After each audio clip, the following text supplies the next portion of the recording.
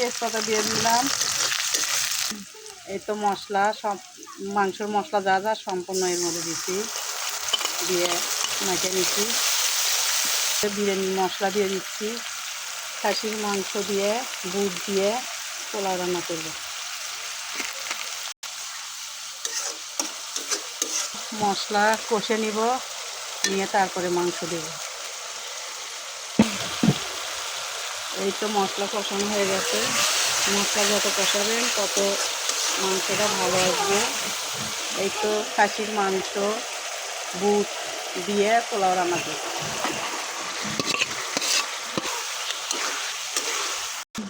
এই তো মাংস কষানো এখনো হয়নি, আরও কষাবো।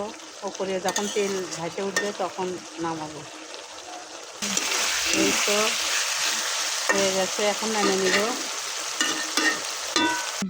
এই তো মাংসগুলো তুলে নিয়ে চালগুলো ঢেলে দিলাম। চালগুলোনের পানি ঝরে নিছি।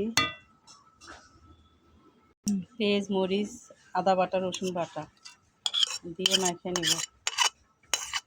এই যে একটু লবণ দিয়ে দিলাম।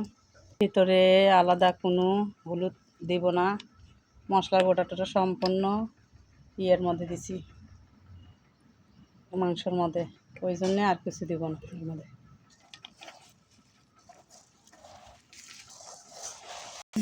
এই তো কড়াইয়ের মধ্যে মনে হয় বেশি হয়ে গেল নি, ওই জন্যে পড়ে যাবে, ওই জন্য পাতিলের মধ্যে ঢেলে নিলাম। সঙ্গেই থাকুন। তুলে দিলাম, গরম পানি দিব এর মধ্যে।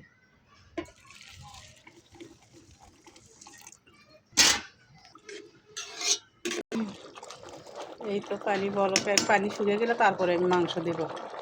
পানি কেবল গরম হয়ে গেছে। এই তো এখন মাংসগুলো ঢেলে নিব এর ভিতরে।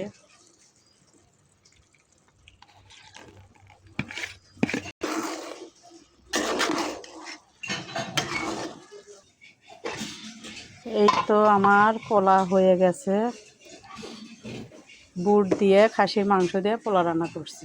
কেমন হয়েছে পোলার কালার অবশ্যই কমেন্ট করে জানাবেন। তো রমজান মাস বেশি কিছু রান্না করি না, ভিডিও দেই না, ভিডিও তেমন দেওয়া হয় না। কিসের জন্য রোজা থেকে কেউ খেতেই চায় না। আর বেশিরভাগ মাংস রান্না করা হয়। আপনারা হয়তো মাংসের ভিডিও দিলে মনে করবেন যে প্রতিদিন মনে হয় একটা রান্না করেই প্রতিদিন সারে, আর এতই বড় লোক সবসময় মাংস খায়।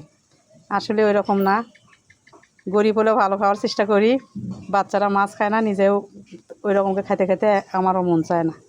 তো ভালো থাকবেন, সুস্থ থাকবেন, দোয়া করবেন আমার জন্য। আসসালামু আলাইকুম, খোদা।